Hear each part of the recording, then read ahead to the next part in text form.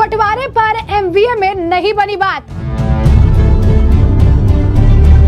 85 सीटों पर एमवीए का हर दल लड़ेगा चुनाव। सीट बंटवारे के गणित से चकराया जनता का दिमाग। 33 सीटों पर अभी भी खींचतान जारी।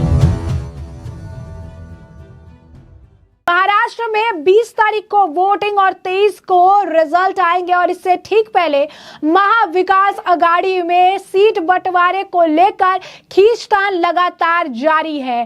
कई राउंड की बैठकें हो चुकी है, लेकिन अभी भी महाविकास आघाड़ी की तरफ से लिस्ट आने को तैयार नहीं है। अब खबर है कि 85 सीटें ईच यानी 85 सीटों पर उद्धव ठाकरे, 85 सीटों पर शरद पवार और 85 सीटों पर कांग्रेस जो है चुनाव लड़ने की तैयारी जो है कर रही है। यानी इन 85 सीटों के फॉर्मूले पर जो है बात बन गई है, लेकिन 33 सीटों पर अभी भी तकरार जारी है। और इस बात की जानकारी खुद संजय राउत द्वारा दी गई है, जहां पर वो कह रही है कि 85 सीटों पर बात बन गई है। और जब उनसे यह भी पूछा गया कि आपने तो कहा था कि उद्धव ठाकरे, उद्धव की पार्टी शिवसेना जो है इस बार सेंचुरी लगाएगी, तो आप तो सेंचुरी का आंकड़ा भी सीटों में नहीं निकाल पाए। तो उन्होंने कहा कि कोई बात नहीं है, हम 85 तक तो पहुंचे हैं, आगे भी जो है धीरे धीरे इसे लेकर हम काम करेंगे और छक्के जो है लगाते हुए नजर आएंगे। यानी साफ तौर पर जो उम्मीद उद्धव ठाकरे को थी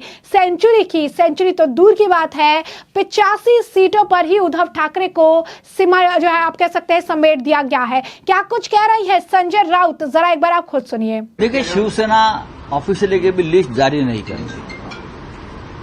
कल ट्विटर पर एक लिस्ट आई है, उसमें भी बहुत करेक्शंस हैं, वो करना पड़ेगा, वो आज हो जाएगा।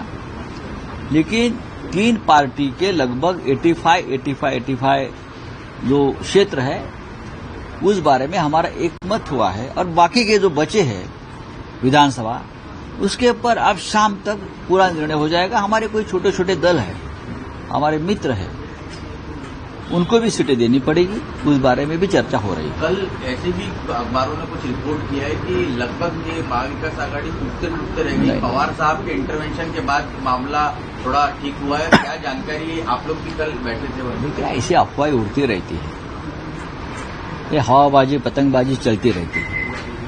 जरूर कल हम पवार साहब के सामने बैठे थे, पवार साहब ने हमें गाइड किया, उद्धव ठाकरे साहब ने भी फोन पर गाइड किया। और हमें चाहते हैं कि किसी भी रोक टोक के बिना ये चुनाव हो जाए, हमारी जो एकता है वो लोगों के सामने आए। मसला सीटों का नहीं है, जो जीतेगा उसको सीट है। कौन कितनी सीटें लड़ रही है ये फॉर्मूला नहीं है, फॉर्मूला की बात मत करिए आप। और हो जाएगा शाम तक, कोई चिंता की बात नहीं। लेकिन कैसे तय कर रहे हैं, कौन जीतेगा, कैसे कर रहे हैं? हम बैठकर तय करते हैं। उस पर क्या निकष लगाए जा रहे हैं? क्योंकि अब तो वो हमारा निकष हमारे पास रहेगा ना, हम कर लेंगे। हमें मालूम है, हमें 50 साल से चुनाव लड़ रहे हैं हम लोग, हमको पता है। तो आपने बीच में स्टेटमेंट किया था कि लगभग सेंचुरी इस बार शिवसेना सीटों के बंटवारे के मामले में मारेगी, वैसी स्थिति दिख नहीं रही है। देखो, सेंचुरी के नजदीक हम आए हैं, अब 2-4 सिक्सर मार देंगे, सेंचुरी हो जाएगी ना। 85 तक पहुंच गए ना, और अभी तक खेल रुका नहीं है, मैच खत्म नहीं हुए और एक दिन है मैच, तो जो बचे हुए रन्स है वो निकाल देंगे हम। तो जैसा कि आपने संजय राउत को सुना, साफ तौर पर उनका बयान ये बता रहा है कि सीट बंटवारे पर टकरार जारी है और सीट बंटवारे पर अभी सहमति नहीं बन पाई है। कई ऐसी सीटें हैं जिस पर अभी भी सहमति बनना बाकी है और लिस्ट वो कह रही है कल रहे थे कि कल लिस्ट आ जाएगी, आज कह रहे हैं आज लिस्ट आ जाएगी, लेकिन महाविकास आघाड़ी की तरफ से अभी कोई लिस्ट जो है जारी नहीं हो पा रही है। अब वहीं आपको बता दें कि जो महाविकास आघाड़ी ने जो ये फॉर्मूला तैयार किया, जिस फॉर्मूले की बात कर रहे थे 85 करके, तो उन्होंने जब वो प्रेस कॉन्फ्रेंस की तो उस दौरान उन्होंने टोटल करके उसे 270 बता दिया, जिसे लेकर लोगों का दिमाग चकरा गया। डिटेल आपको हम देंगे। आज आदरणीय शरद पवार जी के नेतृत्व में हम तीनों दलों की एक मीटिंग हुई। उसमें आज हमने एक निश्चित किया कि 85 270 का एक मत हमने किया है सीट के ऊपर। और जो 28 सीट है, जो हमारी अलायंस है, सिकाप होगी, कम्युनिस्ट होगा, समाजवादी होगा, 18 सीट है। जो हमारी 18 सीट जो है, तो उसमें जो हमारी अलायंस जो दल है, उनसे भी हम चर्चा करके उनको भी कुछ जगह देने का है। और ये कल हम लोग पास में ये बाकी सीटों पे भी हमारा क्लियरेंस हो जाएगा और महाविकास आघाड़ी करके हम लोग ये चुनाव लड़ने जा रहे हैं और महाराष्ट्र में महाविकास आघाड़ी की बहुमत की सरकार आएंगी। और लोग ये कहते नजर आए कि आखिर आप ये कैसे कह सकते हैं। दरअसल एक प्रेस कॉन्फ्रेंस देखने के लिए मिली थी जहां पर जो है नाना पटोले, संजय राउत सब एक साथ नजर आए थे और सीट शेयरिंग पर संयुक्त प्रेस कॉन्फ्रेंस में महाराष्ट्र कांग्रेस के अध्यक्ष नाना पटोले कहते नजर आए कि शरद पवार के नेतृत्व में एमवीए की बैठक हुई। एनसीपी शरद पवार, शिवसेना यूबीटी 85 सीटों पर चुनाव लड़ेगी और शेष 18 सीटों पर हम समाजवादी पार्टी समेत अन्य गठबंधन दलों से बातचीत करेंगे और कल तक सब कुछ साफ हो जाएगा। ये महाविकास आघाड़ी के तौर पर चुनाव लड़ रहे हैं और हम सरकार बनाएंगे। यानी अगर उनका गणित आप देखेंगे तो वो कह रहे हैं 85 और 18 सीटें बच गई है। इनका मतलब है कि 85 जोड़ने पर 270 होता है और इसीलिए कह रहे हैं कि 18 सीटें हम अपने सहयोगी दल को देंगे। लेकिन लोग अब इसे लेकर मजाक उड़ा रहे हैं, कह रहे हैं कि सीट बंटवारे पर इतना ज्यादा कंफ्यूजन है कि इनका मैथमेटिक्स भी खराब हो चुका है, क्योंकि 85 जोड़ने पर 255 होता है, ना कि 270। और ऐसे में 33 सीटें अभी भी ऐसी है जो इस वक्त उलझी हुई है। लोगों का तो ये भी कहना है कि इनके बीच में इतना ज्यादा फ्रिक्शन है, इतना ज्यादा अगर आप कहेंगे कंपटीशन है कि किसी भी पार्टी को एक एक्स्ट्रा सीट देने को तैयार नहीं है। और इसी वजह से 85 का फॉर्मूला जो है ये लेकर आए हैं ताकि आगे के लिए जो है चीजें क्लियर करने से पहले ये जो खबरें चल रही है कि महाविकास आघाड़ी में बात नहीं बन पा रही है, उस पर थोड़े वक्त के लिए विराम लगा दिया जाए। लेकिन जिस तरीके से सीट का बंटवारा जो है निकलकर सामने आया है, ये एक बार फिर से इस बात को हवा दे रहा है कि महाविकास आघाड़ी में सब कुछ ठीक नहीं है, ऑल इज नॉट वेल। इस मामले को लेकर, सीट बंटवारे को लेकर अखिलेश शर्मा पत्रकार है, लिखते हैं सीट बंटवारे पर एमवीए के प्रेस कॉन्फ्रेंस के बाद सबने कैलकुलेटर निकाल लिया। 3 पार्टियों में 85 सीट जो है बराबर बांटने पर जोड़ 255 बनता है, ना कि 270 जैसा कि प्रेस कॉन्फ्रेंस में कहा गया। इसके बाद लगातार लोग इसे लेकर जो है सोशल मीडिया पर चर्चा कर रही हैं, सोशल मीडिया पर इसे लेकर जो है बयान दे रही हैं और कह रही हैं कि कैसी स्थिति जो है आन पड़ी है। आपको बता दें कि एक रिपोर्ट में कांग्रेस नेता के हवाले से कहा गया कि उनकी पार्टी 105 से कम सीटों पर मानने वाली नहीं है। रिपोर्ट में यह भी कहा गया कि पहले शरद पवार ने पार्टी को 75 से 80 सीटों पर चुनाव लड़ने की इच्छा थी, लेकिन वो मोल भाव करके 85 सीटें ले गए।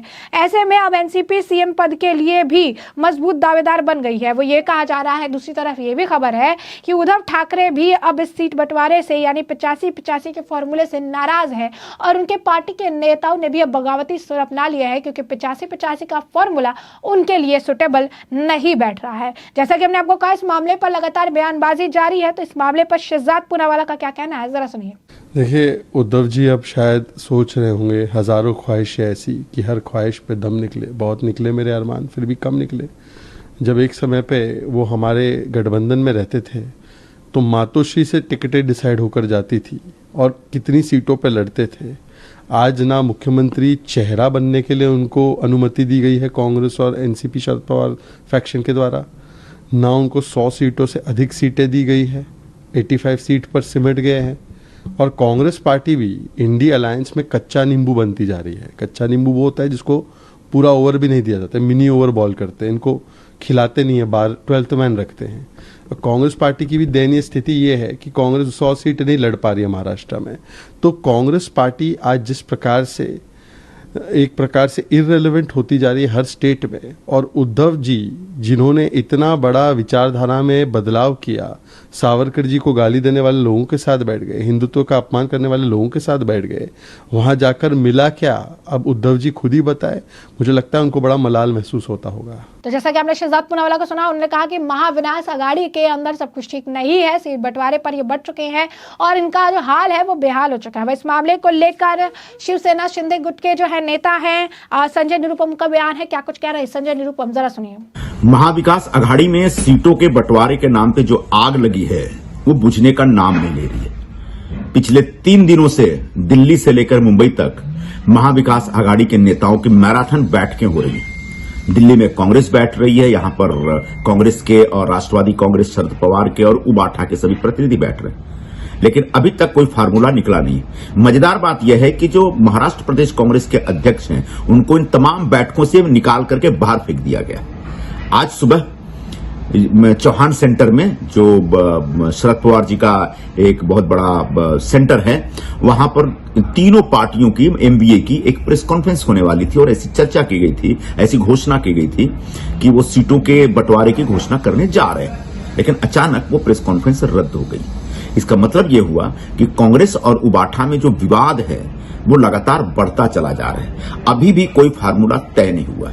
मतलब जब सीटों के बंटवारे पर तीनों पार्टियों में इतने मतभेद हैं और इतने झगड़े हैं, तो समझ सकते हैं कि चुनाव लड़ते समय ये आपस में कितना झगड़ेंगे, इसका एक अंदाजा लगाया जा सकता है। और जब अभी से इतने झगड़े हैं तो उसके बाद पूरे महाराष्ट्र को बचाने और संभालने का जो उन्होंने संकल्प लिया है, उस दरमियान वो कितना झगड़ा करेंगे, इसका भी अंदाजा लगाया जा सकता है। तो महाविकास आघाड़ी एक बहुत ही बिखरा हुआ संगठन, बिखरी हुई आघाड़ी, जिसकी गाड़ी कहीं जाकर के अटक गई है। ऐसे महाविकास आघाड़ी को रोकना चाहिए। ऐसे महाविकास आघाड़ी को किसी भी हाल में महाराष्ट्र के लोग, महाराष्ट्र के मतदाता, महाराष्ट्र के सूफी मतदाता कभी भी सत्ता में नहीं आने देंगे, क्योंकि इन्हें महाराष्ट्र की चिंता नहीं है, इन्हें महज अपने लिए कुर्सी की चिंता है। तो जैसा कि आपने संजय निरुपम को भी सुना, यहाँ पर उनका भी बयान साफ तौर पर देखने के लिए मिला है, जहां पर वो स्पष्ट तौर पर ये बात कह रहे हैं कि सीट बंटवारे पर इनमें दरार हो चुकी है, फूट हो चुकी है। जितना भी समेटने का कोशिश कर रहे हैं, लेकिन इन्होंने अब रायता फैला लिया है।